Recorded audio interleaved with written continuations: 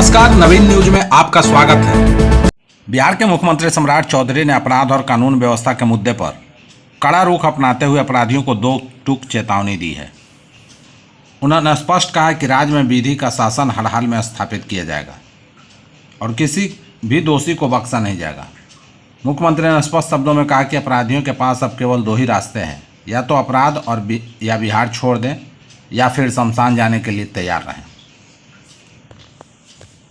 जम्मू कश्मीर के मुख्यमंत्री उमर अब्दुल्ला ने कहा कि अमरनाथ यात्रियों को अपनी बसों से उतरकर स्थानीय बाजारों और अन्य बाजारों पर जाने की अनुमति दी जानी चाहिए, ताकि वे वार्षिक अमरनाथ यात्रा के दौरान कश्मीर की अर्थव्यवस्था में योगदान दे सकें।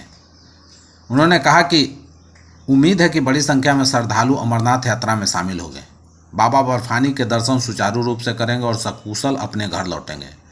उन्होंने कहा कि निर्वाचित सरकार ने अपने अधिकार क्षेत्र के भीतर सभी आवश्यक व्यवस्थाएं की है, जबकि सुरक्षा, कानून व्यवस्था और अमरनाथ जी श्राइन बोर्ड से संबंधित व्यवस्थाओं की जिम्मेदारी संबंधित एजेंसियां संभाल रही है। मुख्यमंत्री ने यात्रियों से अपील की कि वे अपनी यात्रा के दौरान जम्मू कश्मीर में स्थायी शांति, सांप्रदायिक सौहार्द और प्रदेश के समग्र कल्याण के लिए प्रार्थना करें। प्रधानमंत्री नरेंद्र मोदी की उस अपील का उल्लेख करते हुए जिसमें उन्होंने यात्रियों से अपने यात्रा बजट का 10% कश्मीर में खर्च करने का आग्रह किया था, उमर अब्दुल्ला ने इसे स्वागत योग्य सुझाव बताया। उन्होंने कहा कि इससे स्थानीय अर्थव्यवस्था को लाभ मिलेगा। बिहार में नई नीति के तहत स्टेट हाईवे, बड़े पुल और बाईपास पर भी टोल टैक्स की वसूली की जाएगी। अभी 2 SH को इस नीति में शामिल किया गया है। इसमें SH 74 और 86 है। SS 74 वैशाली से अरेराज और SS 86 मोतीपुर से साहेबगंज तक जाती है।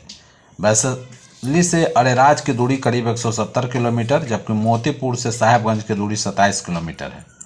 वैशाली अरेराज पथ मुजफ्फरपुर से भी करीब 30 किलोमीटर तक गुजरती है, इसलिए इन दोनों पथों पर टोल टैक्स देना होगा। इसे लेकर पथ निर्माण विभाग पटना की ओर से दोनों पथों पर ट्रैफिक सर्वे कराया जा रहा है। करीब 1 माह से कैमरा लगाकर सर्वे का काम चल रहा है।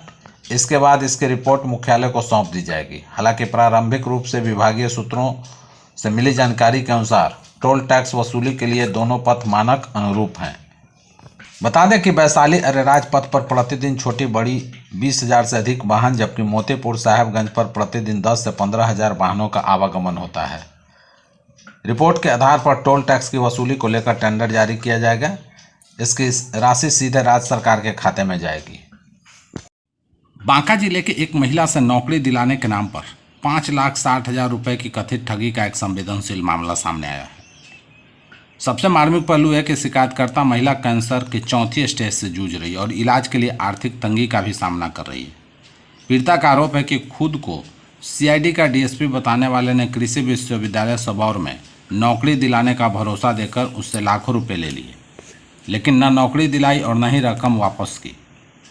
अब पीड़िता न्याय के लिए थाना, कोर्ट और पुलिस अधिकारियों के कार्यालयों के चक्कर लगाने को मजबूर है। बता दें कि बांका के आदर्श नगर निवासी अधिवक्ता अमरेंद्र कुमार सिंह पुत्री सोनम भारती ने दस्तावेजों के साथ गंभीर आरोप लगाए हैं। सोनम का कहना है कि वर्ष 2024 में नौकरी की तलाश के दौरान उसकी मुलाकात मनोज वर्मा नाम से एक व्यक्ति से हुई थी।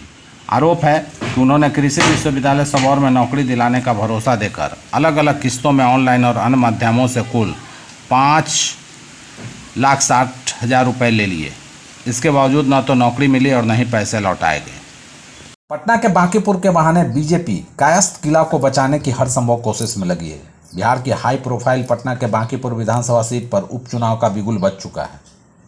ये सीट भाजपा के राष्ट्रीय अध्यक्ष नितिन नवीन के राज्यसभा चुने जाने के बाद इस्तीफे के कारण खाली हुई है। भाजपा की इस पारंपरिक सीट पर होने वाला यह उपचुनाव केवल एक विधायक चुनने का जरिया नहीं, बल्कि पार्टी के शीर्ष नेतृत्व की साख और उसकी सांगठनिक नीतियों की अग्नि परीक्षा भी है। कायस्थ बहुल इस सीट पर भाजपा कोटे के संभावित लड़ाकों में सबसे अधिक चर्चा इसी समुदाय के नेताओं की है।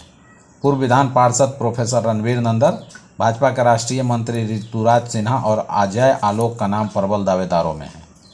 रणवीर नंदन अभी बिहार राज्य धार्मिक न्यास परिषद के अध्यक्ष हैं। राष्ट्रीय स्वयंसेवक संघ में भी उनके वैचारिक और सांस्कृतिक पकड़ काफ़ी मजबूत है। इस नाते वे बांकीपुर के प्रबल दावेदार माने जा रहे हैं।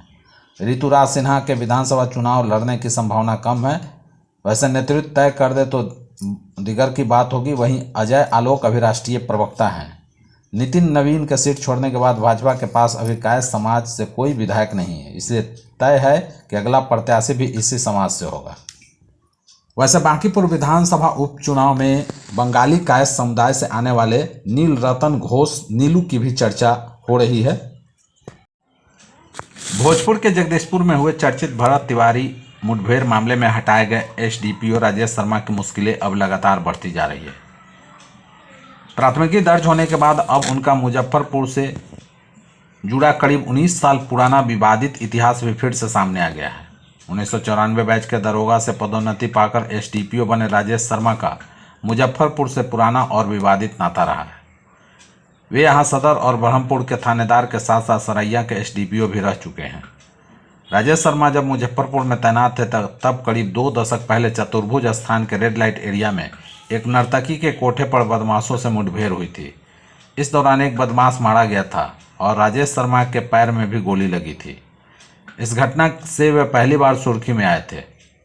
इसके बाद साल 2007 में ब्रह्मपुर थाना क्षेत्र के एक और इनकाउंटर हुआ जिसमें पुलिसिया कार्रवाई पर गंभीर सवाल खड़े कर दिए थे।